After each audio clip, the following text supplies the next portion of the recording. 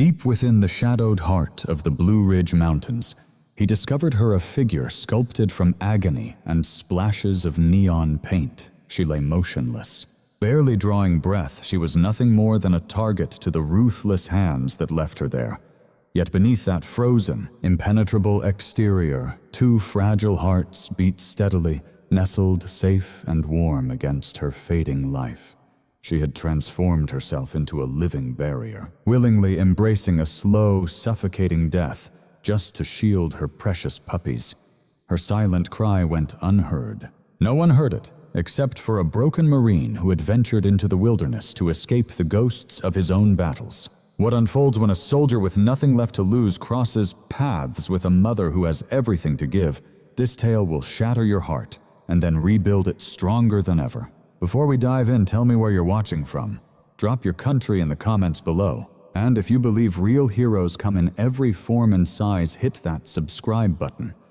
Because this one proves that love is the mightiest shield of all. The fading glow of late autumn spilled across the jagged ridges of the Blue Ridge Mountains, casting long skeletal shadows over the outskirts of Asheville, North Carolina. The air had turned crisp, carrying the sharp scent of pine and the chill of impending frost, a brutal reminder that winter was tightening its grip on the highlands. Beneath the city lights flickered awake a distant web of warmth and civilization.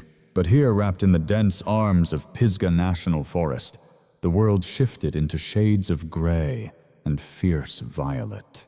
Elias Thorne tightened the strap of his worn canvas rucksack, the leather sighing softly in the stillness. At 55, Elias was a man sculpted from stone and weathered by life's storms.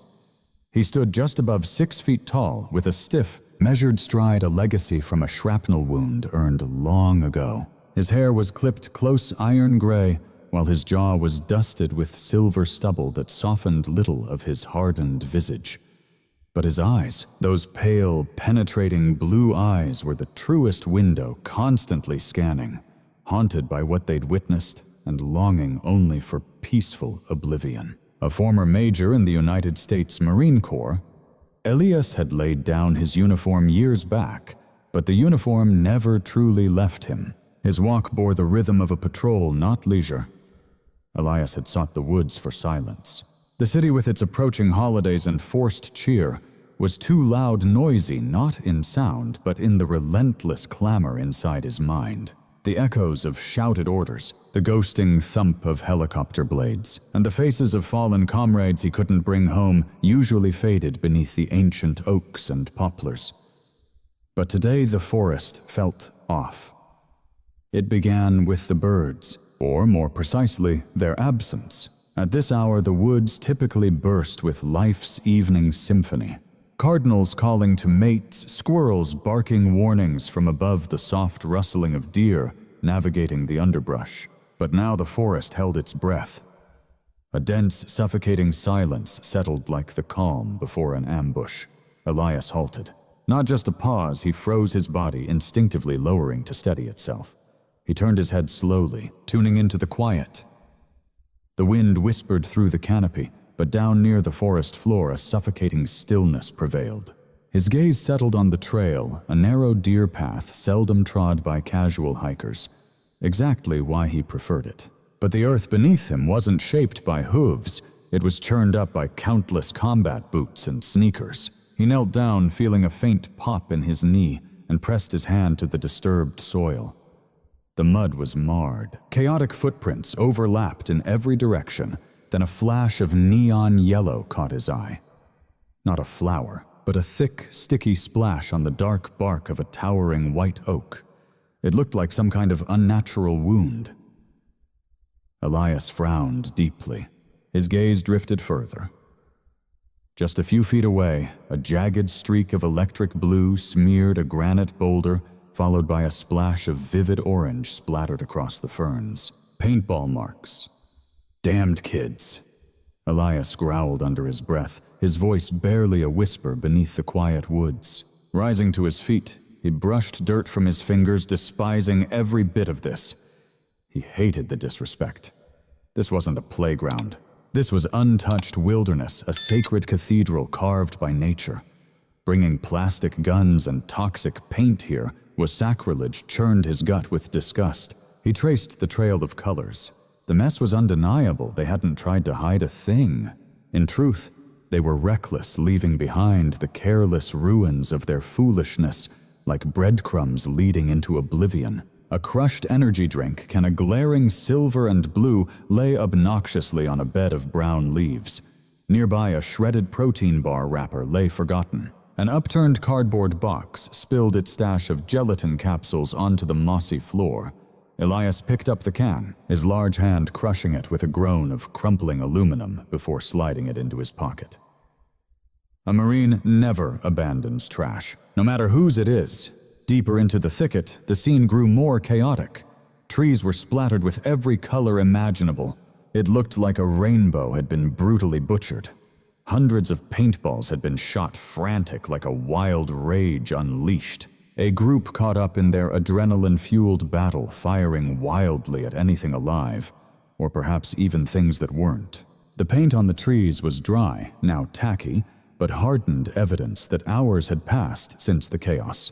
The air faintly carried the scent of chemical gelatin mingled with damp earth. Judging by the dryness, the skirmish had happened earlier that morning, probably under the bright sun. The culprits were long gone by now, back in their warm Asheville homes, laughing at the havoc they'd wreaked, while the forest bore the weight of their careless ruin. Anger swelled in Elias's chest, a hot, familiar fire. This wasn't just about litter. It was the broken code, the shattered honor. You don't defile the very place that shelters you. He was about to turn back to report the vandalism when something caught his eye. Drag marks. Through a tangle of rhododendrons, leaves were crushed flat. The colorful stains didn't just end at the clearing. They trailed lower, scraping the ground toward a rocky nook that acted as a natural windbreak along the ridge. His scout instincts kicked in the part of his mind that mapped trajectories and kill zones sprang to life. Paint wasn't just smeared on tree trunks anymore. It was streaked across the ground in a clear path, as if chasing or cornering something desperate and fleeing. He moved with quiet precision now, boots gliding heel to toe, silent against the brittle leaves. The eerie stillness of the forest pressed tight around him. Shadows lengthened, turning the spaces between trees into pockets of darkness. He reached the rocky enclave, a small hidden sanctuary carved by two massive granite slabs and the gnarled roots of a fallen hemlock. It was the kind of place where animals sought refuge from storms, or where they came to slip away quietly. At first, Elias couldn't grasp what he was seeing. In the darkest embrace of the alcove, there lay a mound. It looked like forgotten luggage tossed aside, or maybe some bizarre, unnatural cluster of stones that didn't belong there. It was a mass of grays and browns, layered thick with hardened, spattered colors, fiery reds, deep blues, vibrant greens, and sustained yellows. It resembled a twisted piece of modern art gone horribly wrong, a sculpture born of mud and nightmares. Elias stepped closer, his eyes narrowing with a surge of unease. The form was uneven and raw, coarse and tangled like a wild nest of spikes. The paint had dried, heavy, sealing whatever lay beneath in an unbreakable shell. He ventured into the alcove, feeling the air grow colder in the shadow of the rock face. Extending his hiking stick, he meant to poke at the pile to uncover what was hidden below. Crack. A brittle twig gave way beneath his boot. The sharp snap echoed like a gunshot in the stillness. Then, ever so faint, the mass gave a tiny shudder, a movement so slight it could have been missed, but Elias saw it. The hairs on his neck bristled. This wasn't junk, this wasn't stone. He dropped the stick and collapsed to his knees, ignoring the cruel stones that bit at his shins. Crawling forward, his heart pounding hard, not from fear, but from a devastating realization. "Hey," he whispered, his voice dropping from demand to pure human concern. "What are you—" He stretched out a hand, hovering just above the mass. Up close, the horror-sharpened fur coated and knotted with paint and mud, piled thick and dry, fused into a merciless, suffocating shell. This creature was trapped within a grave of hardened chemical sludge. Elias shifted, straining his eyes in the waning light. He traced the curve of a spine, the bend of a leg. This was an animal, a big one. The creature let out a sound. It wasn't a growl, not a bark. It was a low, rattling wheeze, the voice of utter, broken defeat. It was a cry from a living being, turned into a target, shamed, pummeled, left to slowly suffocate in its own prison. A cold, biting fury surged through Elias, colder than the mountain's breath. Someone had done this. Somebody had trapped that animal in this hole, unloading weapon after weapon until it couldn't move, burying it alive under paint, and then just walked away. "Easy now," Elias breathed softly, hand trembling as he lowered it. He needed to find the head. He needed to know if it still breathed. He located the front of the mass. The paint was thickest there, a mask of hardened blues and reds. No eyes were visible. No ears appeared, just a cruel, solid helmet of sticky paint. But as his fingers brushed the hardened fur near the neck, the mass shifted again. The creature twitched, a weak, spasmodic ripple coursing through the hardened cloak. It tried to flinch to shield itself, but it was too frail, glued down by the dried paint. It lived, barely clinging to life. Elias Thorne, the man who had crossed minefields and survived desert storms, felt a tear cleave his heart, one he hadn't shed in years. He stared at the shattered, colorful creature before him, knowing his journey had reached an end. Yet his battle had just opened its fiercest chapter, as the sun finally slipped beneath the ridge, signifying the coming night. The hollow slipped into dusk's embrace. Elias remained motionless, kneeling in the earth, the solitary witness to a cruelty beyond any law, unwilling to turn away from a tragedy abandoned by the rest of the world. The silence following Elias's grim discovery weighed heavier than the darkening sky over the blue ridge. He stayed rooted on his knees, breath-catching, painfully eyes locked onto the horror before him. This creature was no longer just a shadow in the night. It stood as a brutal monument to suffering, a living testament to merciless pain. Elias edged closer with deliberate care, moving like one approaching a hidden bomb. The first thing to strike him was the smell, not the wild musk of nature, but the sharp, corrosive sting of industrial dye blended with the metallic tang of old blood. A scent completely out of place in the wild. He retrieved a compact tactical flashlight from his vest, lowering it to its dimmest glow.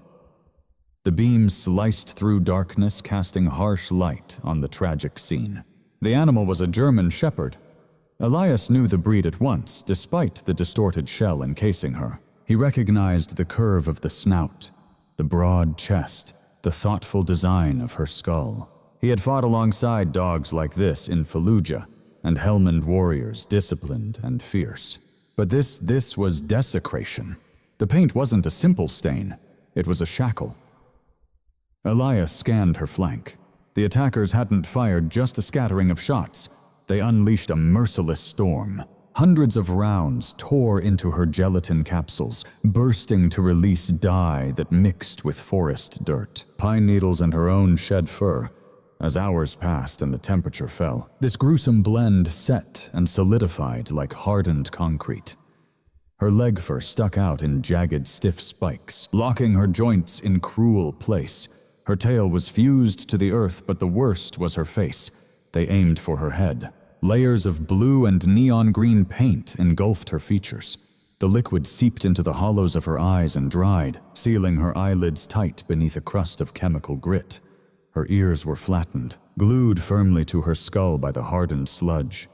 She was left blind, deaf, powerless. A statue sculpted from agony. God in heaven! Elias' breathed voice, rough as glass.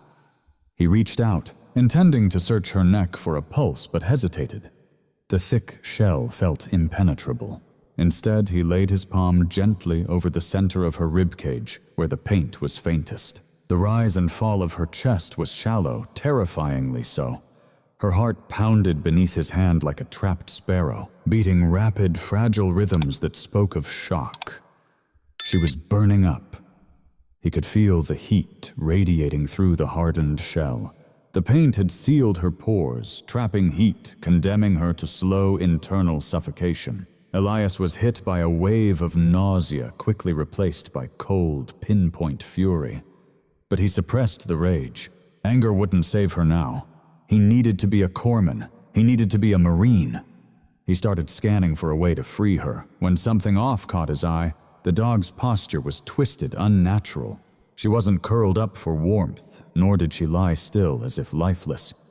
Her body was stiff, arched slightly, her legs spread apart to create a protective hollow beneath her belly. It was a defensive stance, a physical shield. Why hadn't she fled? German shepherds move swiftly. Even a disoriented dog would have dashed away at the first gunshot. Yet she chose to stay, to endure blow after blow, until the paint clung heavy, letting them mold her into a statue. It defied every survival instinct known to the wild. Unless something stronger than instinct had taken over, a soft murmur pulled him from his focus. It was barely audible, a whisper, rising from the earth itself. Elias paused, his breath caught. He lowered the flashlight beam, tracing the line where the mother's belly met the dry leaves.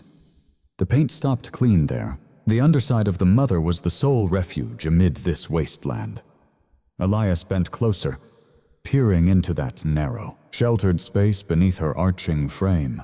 There, protected from wind, cold, and the relentless paint barrage, lay two tiny figures. Puppies. Fragile and small, no more than 4 weeks old. One was a deep coal black and melting into shadow. The other a sable blend, a soft wash of tan and gray fur. They curled tightly together, sleeping deeply, utterly unaware of the nightmare surrounding them. Perfect and untouched. Not a single drop of neon paint soiled their puppy fuzz. No mud specks marred their coats. They were warm, dry, and safe. The realization slammed into Elias like a thunderclap. The mother hadn't been ensnared. She'd stood her ground. When the first shots rang out, when chaos tore through the air, she didn't flee to save herself. She positioned herself squarely over her pups. She made herself their shield. She bore every bullet, every hit. The searing sting of high-velocity pellets, the chemical burns, the terror they all hammered into her. Yet she took it all so her babies wouldn't suffer. She was their living fortress. You took it all, Elias whispered, his voice thick with emotion. You bore every scar for them. He glanced back at the mother's face, a grotesque mask of blues and greens. It no longer seemed monstrous. Instead, it looked like the most haunting, beautiful testament to loyalty he'd ever witnessed. The armor on her frame wasn't shame, it was glory. He shifted his weight, dry leaves crackling beneath his boots. He had to check if the puppies were alive. Slowly, he extended his hand toward the safe hollow under her belly fingers, reaching carefully toward the black puppy. The response was immediate. The mother's body, seemingly as lifeless as stone, spasmed. A shudder rippled through her stiff fur. Her head, weighed down by hardened paint, lifted an inch. She couldn't see him. Her eyes were sealed shut by the blue crust. She couldn't hear through clogged ears, but she felt the tremor of his movement close to her vulnerable underbody. She scented the shift in the air as his hand breached her sanctuary. A raw sound ripped from her throat, a ragged, wet noise. Her throat was parched, thick with dust and paint fumes. Her jaws were stiff, muscles wasted from hours clenched tight, but she forced them open. She sniffed blindly into the darkness, snapping her teeth with a feeble, desperate snap. It was powerless to harm, yet fierce in its stubborn defiance. Her lips curled back, fracturing the dried paint, crusting her muzzle. Unveiling teeth stained pink with frothy remnants. She was on the brink of death. She was blind and trapped within concrete, yet her spirit still fought fiercely. Elias retracted his hand, not from fear for himself, but from a deep reverence that nearly brought him to his knees. "Thou, I don't mean to harm them," he said, steady yet tender, adopting the calm tone he once used with jittery K9 unit dogs. Stand down, Marine, stand down. The mother didn't grasp the words, but caught the low rumble of a male voice. Still, she could not uncoil. Adrenaline was her only lifeline, pumping her heart. Another growl escaped her, trailing off into a piercing whimper of pain. Her raw skin stretched with the twitching motion as her head lolled too heavy to hold, crashing back to the earth with a dull thump. Yet even then she refused to pull back her lips. Her bared teeth remained a mute vow etched into her hardened expression. Over my dead body. Elias shifted back onto his heels, the flashlight's beam casting a glow on the steam rising off her chilled body in the frigid night air. His gaze flicked to the two sleeping pups, then back to the mother who was practically turning herself to stone to protect them. In that moment, he understood he couldn't just call for backup and wait. The Rangers were hours away. The temperature was plummeting fast. If the cold didn't claim her, the shock or poison seeping through her skin would. And when she fell, the only source of warmth for those puppies would vanish. Alone, with no medical supplies or means to move them, and night fully settling over the mountain, Elias stared down at the fierce, blind grit on her face. Something dormant stirred fiercely in his chest. She hadn't surrendered. He wasn't about to surrender either. "Okay," Elias whispered, brushing dirt from his eye.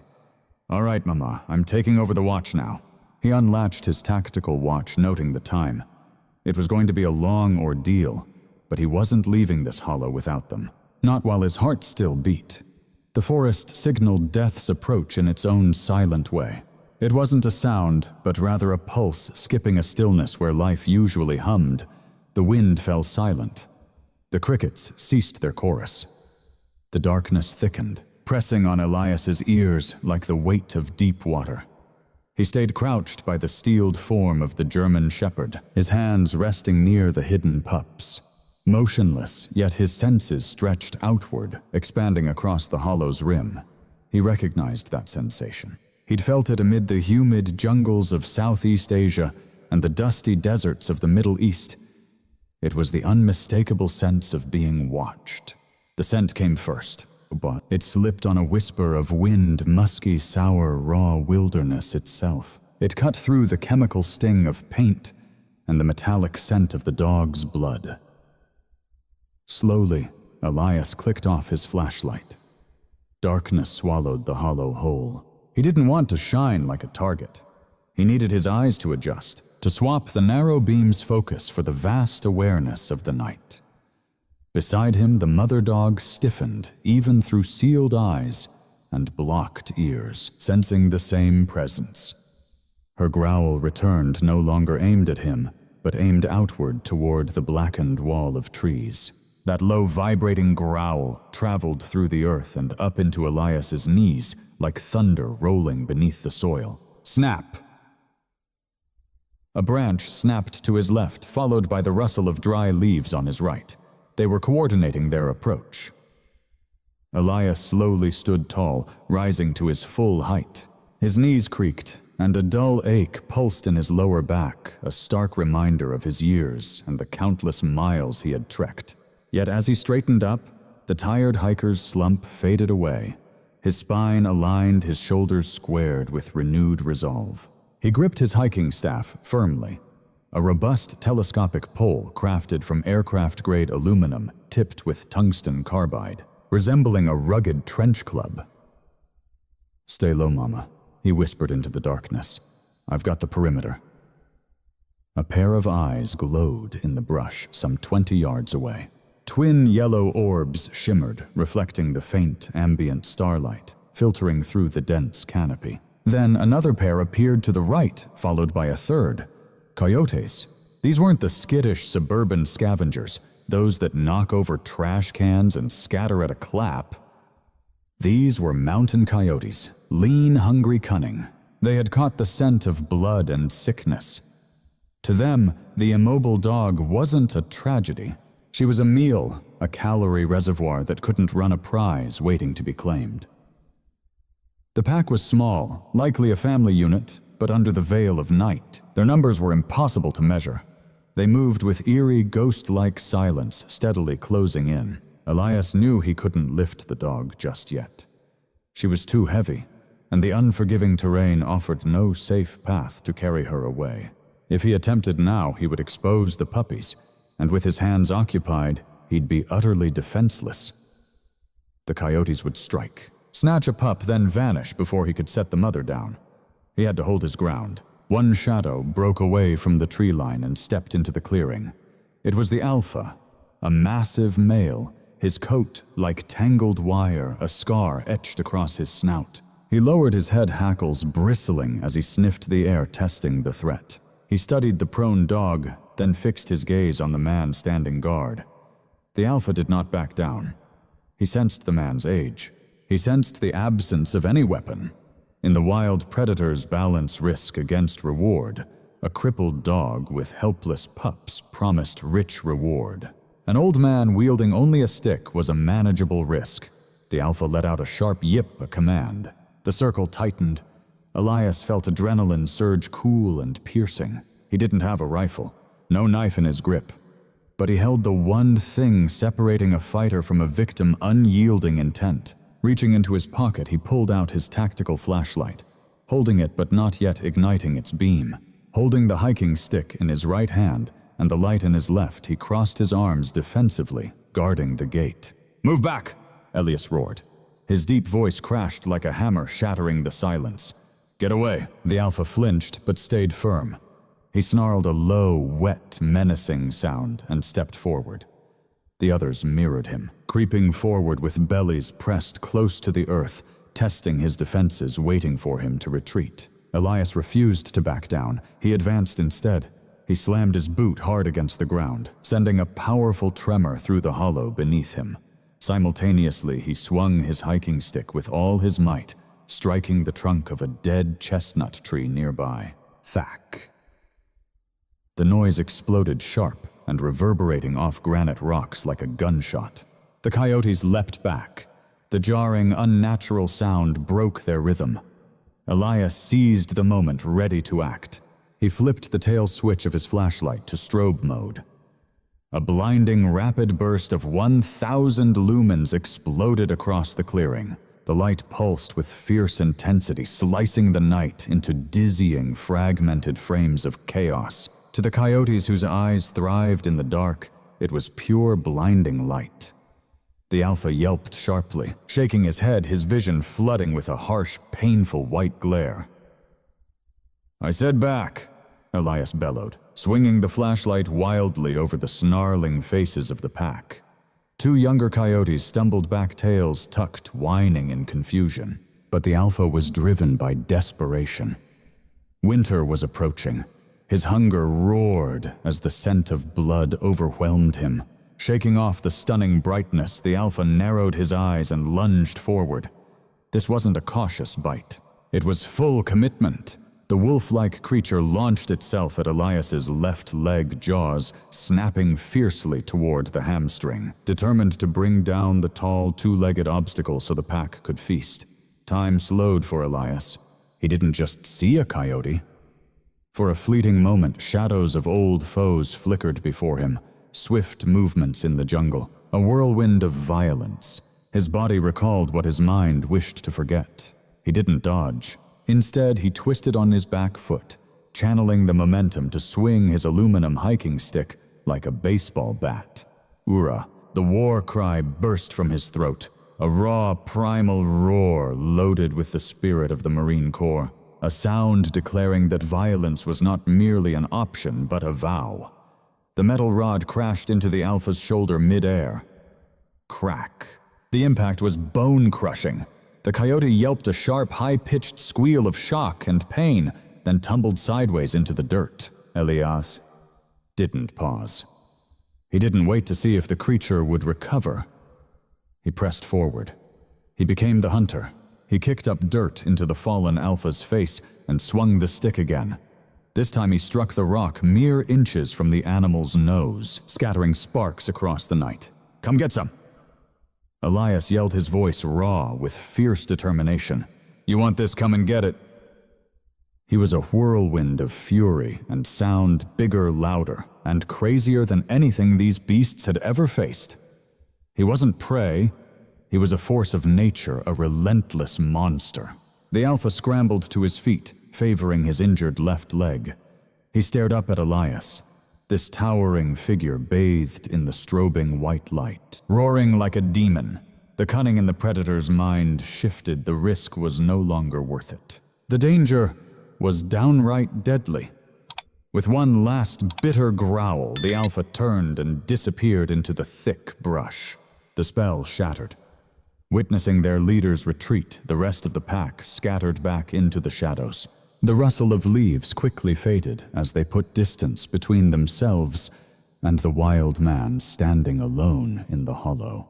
Elias stood in the clearing's center, chest heaving with exertion. He kept the strobe flashing for another 10 seconds, sweeping the edges, daring them to come back. Nothing stirred.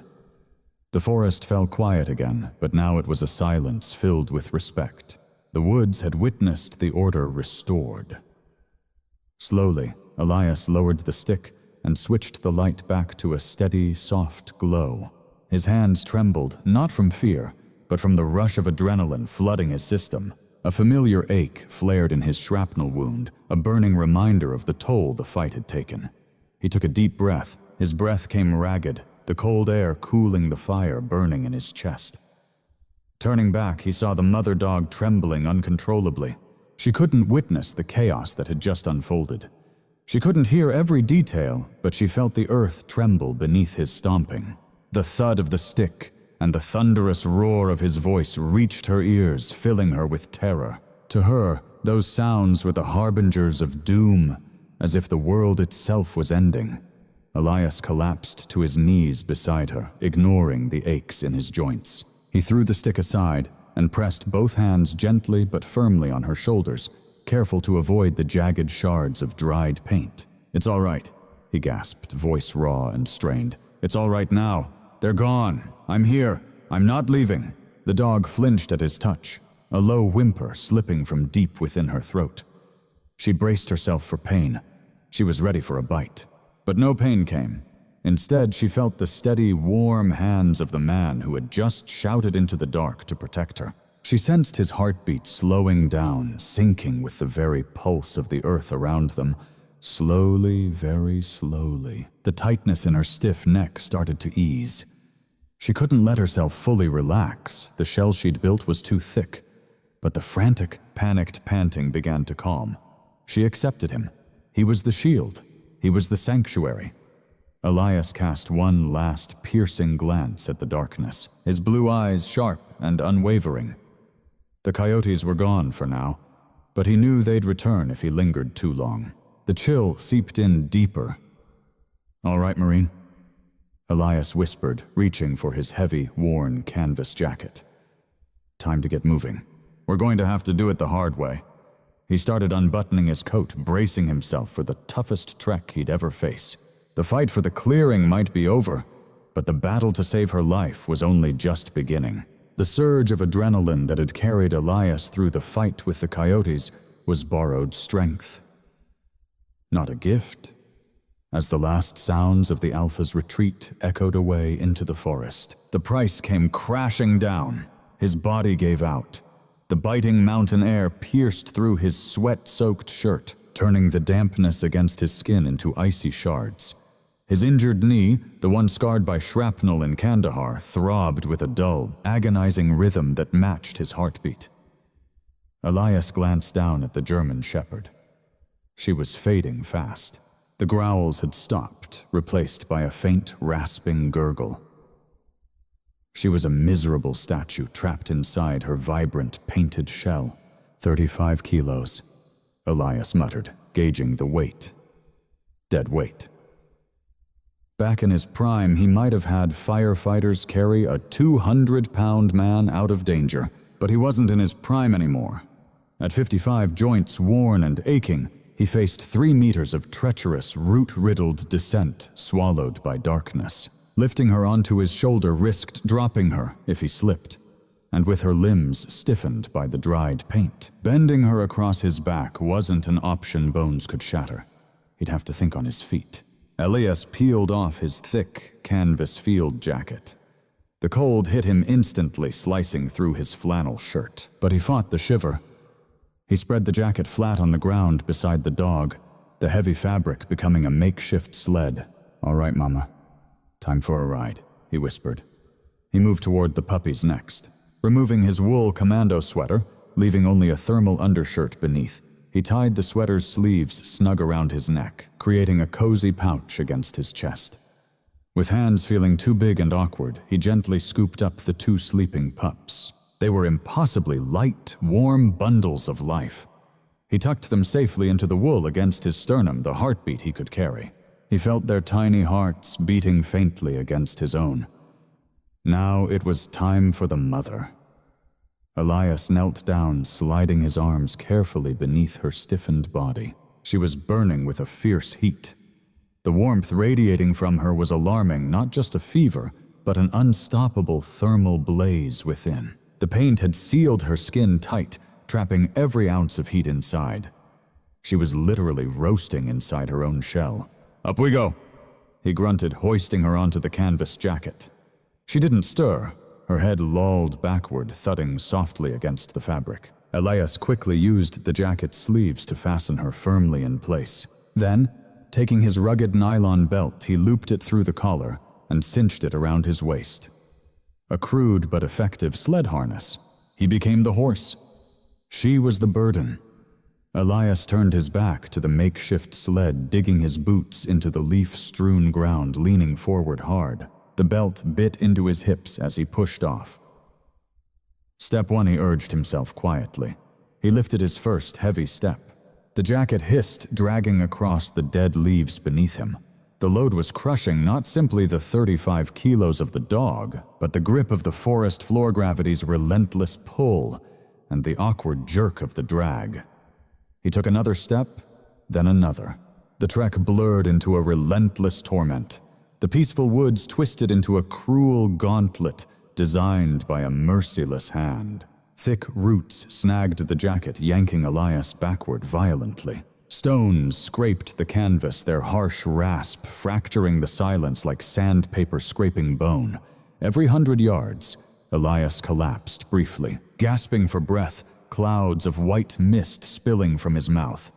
His leg screamed now, a raw, blazing pain shooting sharp from knee to hip. But every pause reminded him of the puppy shifting faintly against his chest, a tender, stubborn pulse holding him to his purpose. "Don't give up, Thorn," he hissed, teeth clenched tight. "You don't get to quit." He kept speaking to the dog beside him, needing her to hear, to know she wasn't alone in the suffocating dark. "We're almost there, Marine. Just a little farther to the extraction point. Hold on for me, can you hear me? Stay with your team." But the dog didn't answer. Her ragged breaths had fallen silent. Elias stopped, every sense alert to the wrongness in the stillness. "Mama!" Turning sharply, he shone his light on the sled. The dog lay utterly still. Her chest, once rising and falling with shallow tremors, was frozen. Dropping to his knees, Elias scrambled back to her side. He pressed his hand to her side. The heat burned fierce and unrelenting, but there was no movement. "No," he whispered brokenly. "No, no, no." He tore off his glove, plunging his fingers into the space behind her front leg, hunting for a faint pulse. The thick paint masked any sign of life. Unable to feel anything, he moved to her chest, pressing his ear against the hardened shell. Silence. Her heart had ceased its beat. The brutal heatstroke shock and poison had finally claimed her. "Not on my watch!"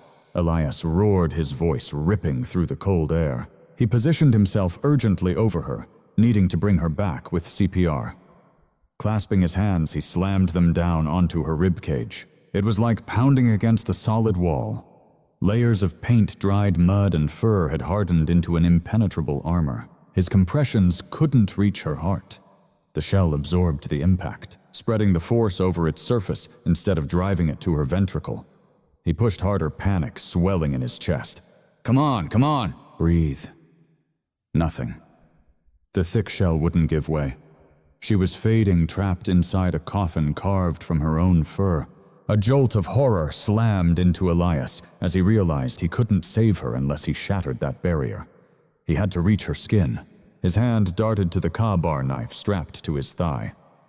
The blackened steel blade hissed sharp as it slid free. "I'm sorry," he choked through tears, blurring his sight. "I'm going to hurt you, but it's the only way." He didn't cut through, he chipped. With brutal force, he slammed the knife's handle down, cracking the hardened paint over her sternum. Then carefully with the blade's tip, he pried it open. Crack. The sound was sick, like fragile pottery shattering. A chunk of blue-painted fur ripped away beneath the break.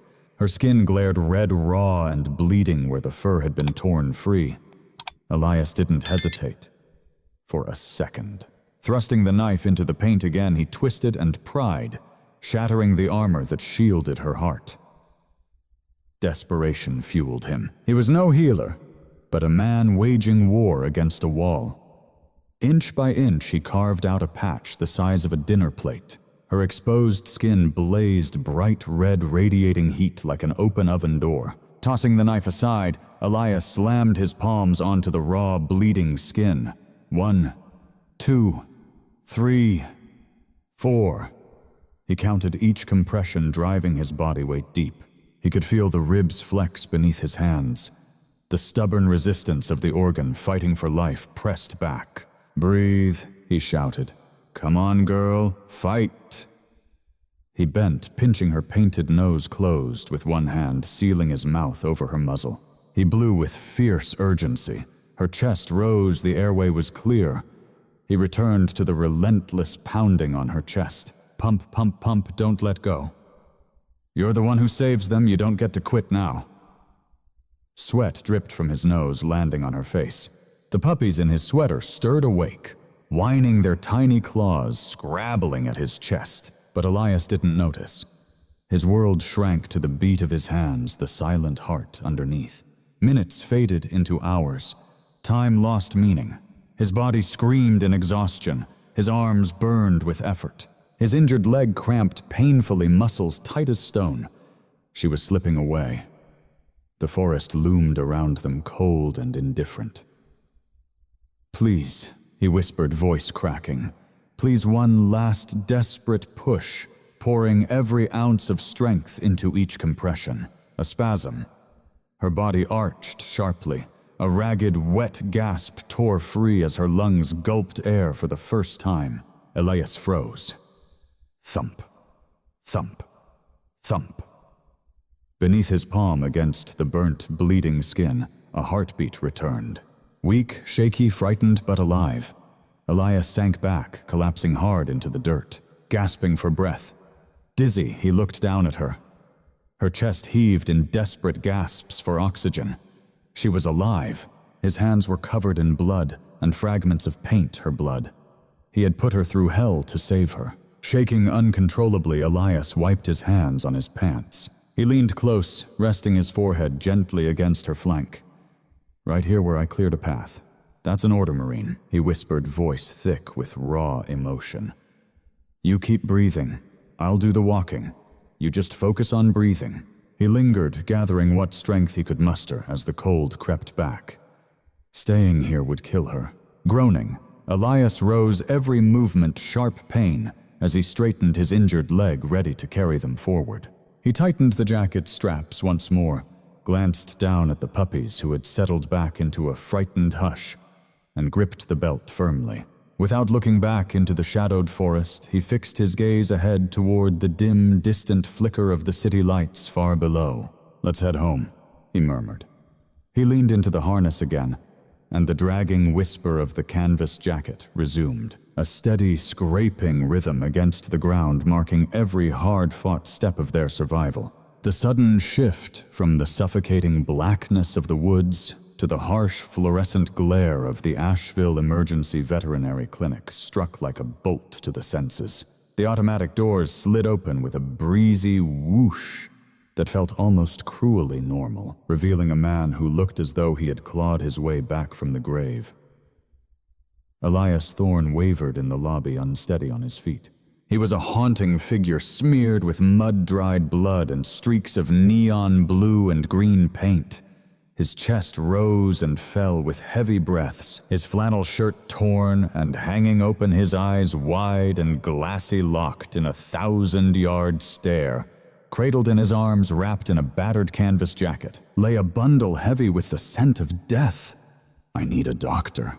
Elias gasped, his voice low, but carrying the fierce authority of a man who had faced hell itself. Now he commanded.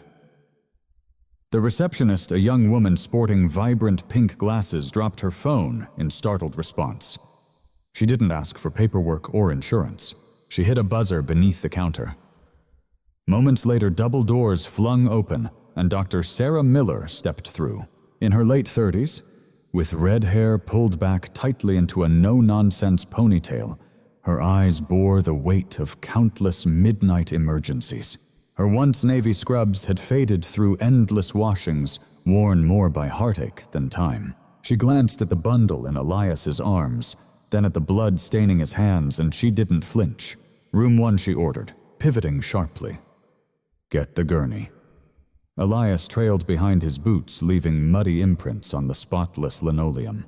He gently laid the dog down on the cold steel table. Under the glaring surgical lights, the full horror of the animal's condition was laid bare. The statue was even more terrifying up close.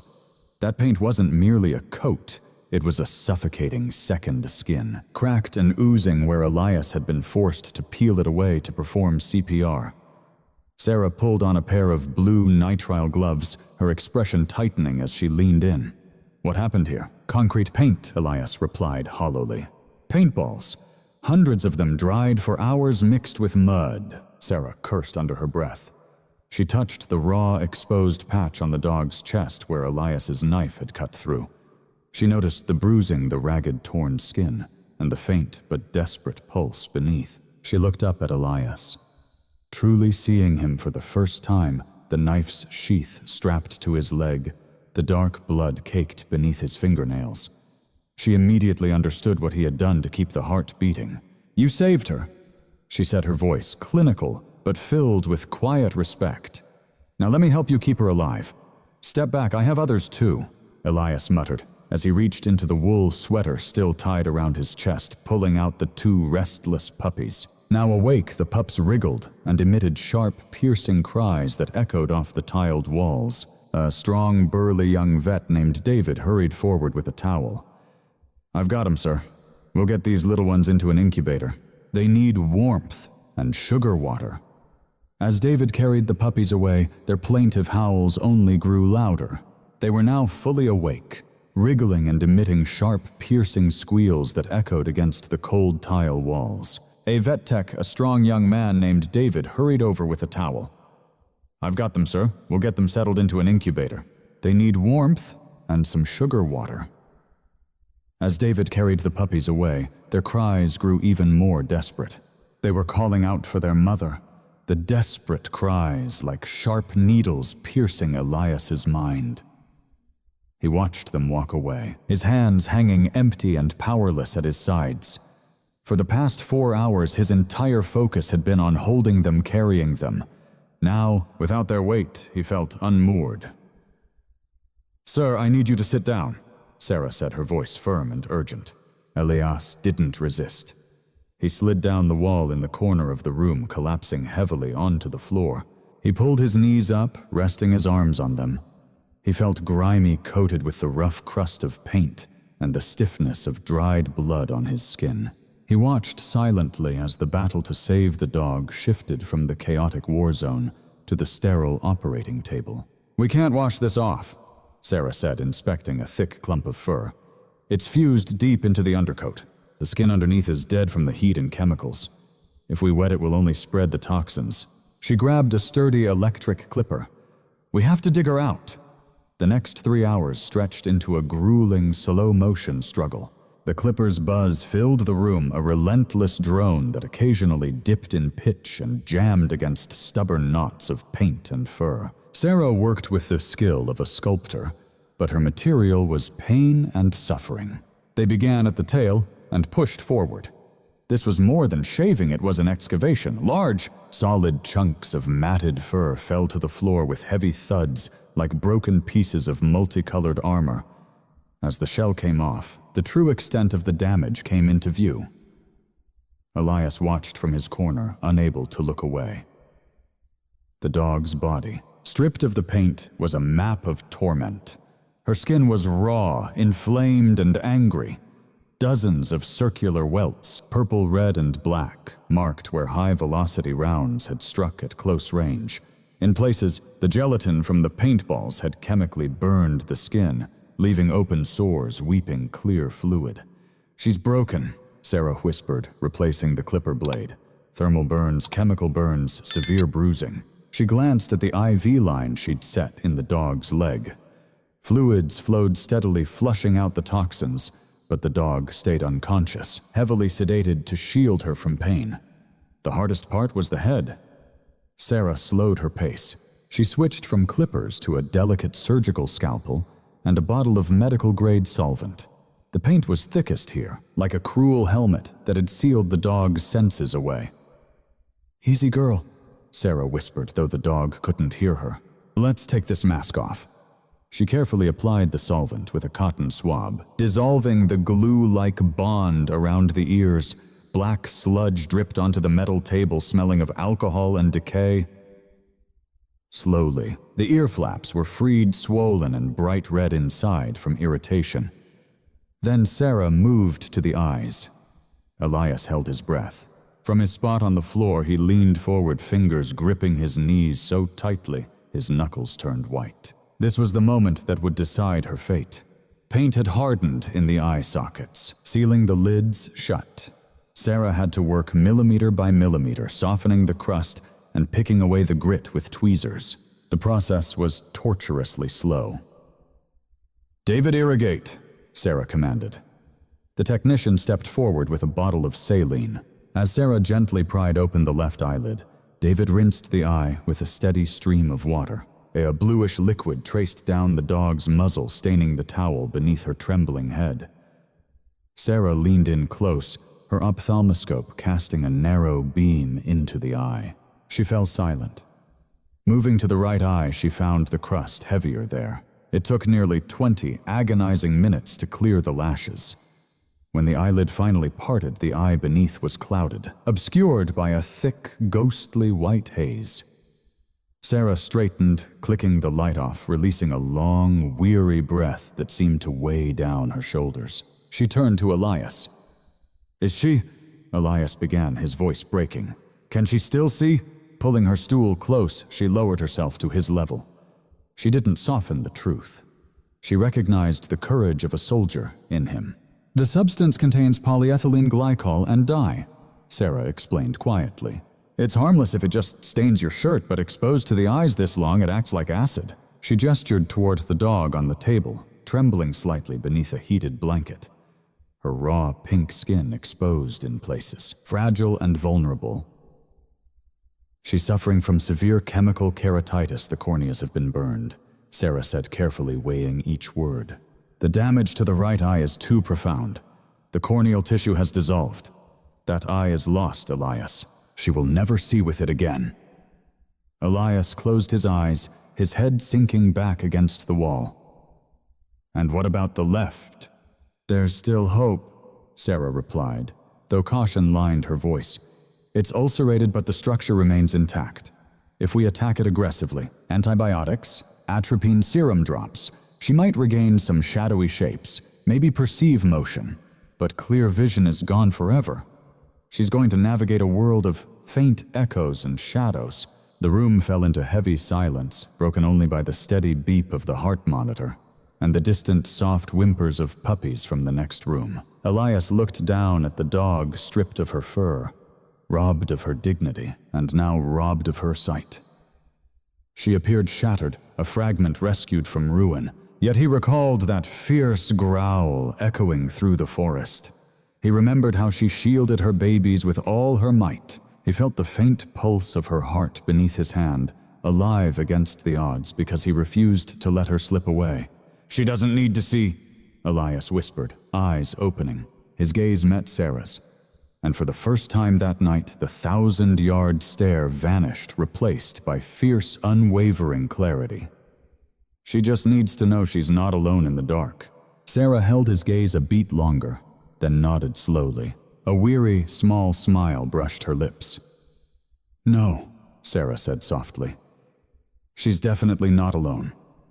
Rising, she approached the table, laying a gentle hand on the dog's bare head. David, prepare the recovery kennel with soft bedding and bring the puppies in. Place their crate beside hers. She needs to smell them when she wakes up. It's the only thing that will soothe her. Elias struggled upright, his legs numb, his back aching fiercely. He moved close to the table, careful not to touch the delicate skin, and leaned in to whisper near her freshly cleaned ear. Rest now, Mama. I forgot the watch. The clock on the recovery ward wall glowed 3:17 a.m., the witching hour. Elias Thorne knew this moment well.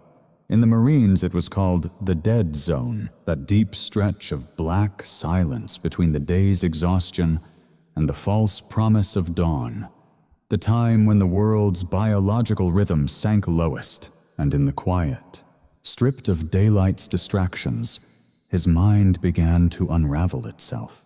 He sat on a cold, folding metal chair just outside the recovery kennels, clutching a cup of barely warm vending machine coffee. He hadn't gone home.